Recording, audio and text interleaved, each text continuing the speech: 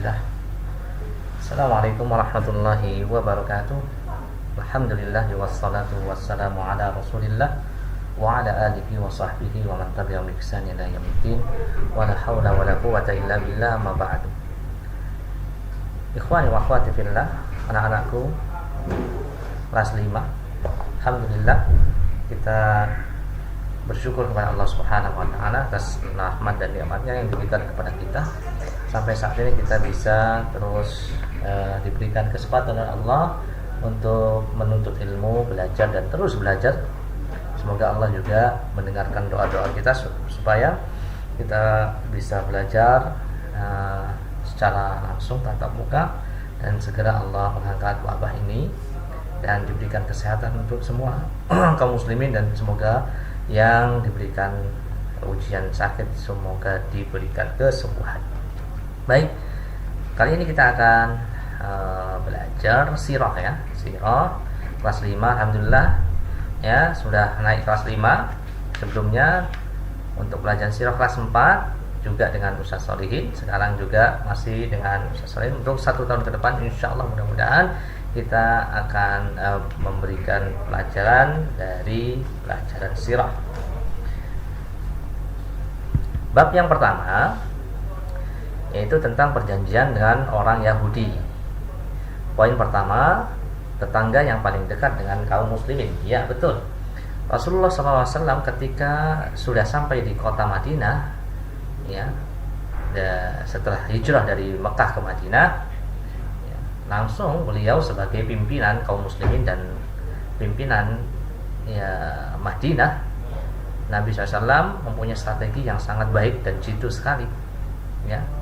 Beliau langsung mengatur hubungan antara kaum muslimin dengan orang-orang non muslim ya. Non muslim ini juga penting supaya lebih terkondisikan, artinya untuk menjaga keamanan ya, menjaga keamanan, kenyamanan untuk masing-masing ya pihak tentunya. Tujuannya jelas supaya mencari rasa aman, damai, bahagia ya, untuk mencari kebaikan ya bagi seluruh manusia. Dan tetangga yang paling dekat dengan kaum muslimin di kota Madinah adalah orang Yahudi. Orang Yahudi ya, mereka ini walaupun masih memiliki dendam ya kepada kaum muslimin, akan tetapi ya belum sampai menampakkan permusuhannya dengan Rasulullah SAW, sehingga dipandang perlu oleh Nabi SAW dibuat satu perjanjian yang ini merupakan satu pegangan untuk kedua belah pihak ya, untuk kedua belah pihak ya. Ini satu tindakan yang baik, antisipasi, tindakan preventif supaya masing-masing bisa menjaga diri, menahan diri untuk tidak saling memerangi dan untuk tidak ya, saling menzalimi. Berikut poin-poin perjanjian orang-orang Islam ya, Rasulullah SAW sebagai pimpinannya dengan orang-orang Yahudi. Yang pertama, sungguhnya orang Yahudi boleh menjalankan agama ya, agama mereka, dan kaum muslimin juga sama menjalankan agama mereka. Yang kedua, sungguhnya kaum Yahudi mengurus nafkah mereka sendiri, dan kaum muslimin sama mencari nafkah sendiri masing-masing. Yang ketiga, sungguhnya mereka wajib memerangi, orang-orang Yahudi ini wajib memerangi orang yang melanggar perjanjian ini. Yang keempat, sungguhnya di antara mereka terikat perjanjian untuk menasehati dan berbuat baik, bukan melakukan perbuatan dosa. Poin yang kelima, perjanjian yang kelima, sungguhnya seorang tidak berdosa dengan perbuatan dosa sahabatnya. Yang keenam, sungguhnya mereka berjanji untuk menolong orang yang dizalimi. Yang ketujuh, sesungguhnya orang Yahudi bersepakat dengan kaum muslimin untuk saling membantu apabila mereka diperangi. Yang kedelapan, sesungguhnya daerah sekitar kota Madinah adalah tanah yang aman karena adanya perjanjian ini. Yang kesembilan, apabila ada perselisihan antara orang Yahudi dan kaum muslimin, maka urusannya dikembalikan kepada Allah Subhanahu wa ta'ala dan Rasulnya. Yang ke-10, sesungguhnya orang kafir Quraisy tidak boleh diberikan perlindungan dan juga orang yang menolong mereka. Yang ke-11, sesungguhnya di antara mereka terikat dengan perjanjian saling membantu untuk melawan pihak yang menyerang Yathrib atau Madinah. Ya, masing-masing bertanggung jawab terhadap serangan ke arah mereka. Yang ke-12, sesungguhnya orang yang zalim dan berdosa tidak terhalang oleh perjanjian ini. Dengan adanya perjanjian antara kaum muslimin dan orang-orang Yahudi, ini menunjukkan bahwasannya mereka mengakui atas kepemimpinan Rasulullah SAW di kota Madinah, dan Madinah menjadi negara Islam yang sebenarnya. Dan beliau menjaga keamanan, kedamaian dengan melakukan perjanjian tersebut di tengah-tengah kabilah yang banyak di sekitar kota Madinah dan di kota Madinah.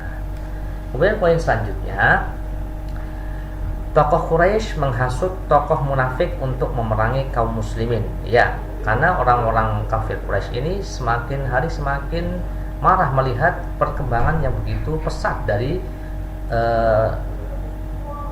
tersebarnya Islam tentunya di kota Madinah dengan hijrahnya Nabi bersama para sahabat di kota Madinah, dan mereka berhasil untuk membuat sebuah negara, membuat sebuah kekuatan yang sangat besar. Mereka tidak tinggal diam, sehingga ya di antara strategi yang dilakukan oleh orang-orang kafir Quraisy adalah menghasut tokoh orang-orang munafik yang namanya Abdullah bin Ubay bin Salul. Abdullah bin Ubay bin Salul yang saat itu dia masih berada dalam kesyirikan. Ya, sebelum hijrahnya Nabi ke kota Madinah, Abdullah bin Ubay bin Salul ini adalah kandidat itu calon yang akan diangkat menjadi pemimpin di kota Madinah. Ketika Nabi datang ke kota Madinah, ya, itu berubah semua.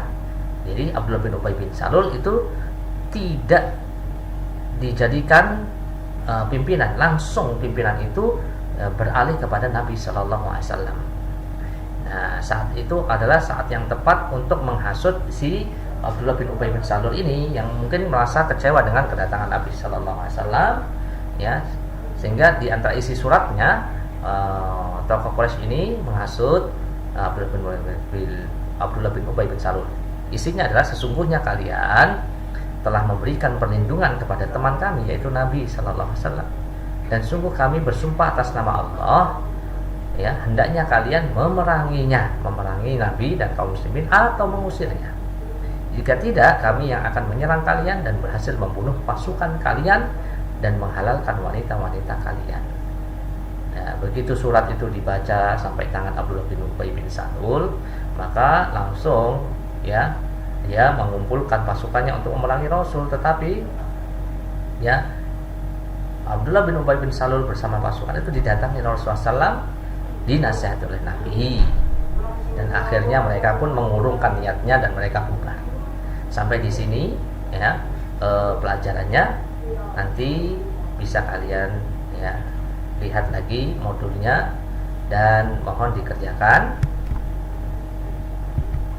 Post testnya, ya, itu sudah Ustadz siapkan linknya, tinggal diklik dan dikerjakan. Semoga dimudahkan. Kita tutup dengan membaca kafaratul majelis. Subhanakallahumma wa bihamdika asyhadu an la ilaha illa anta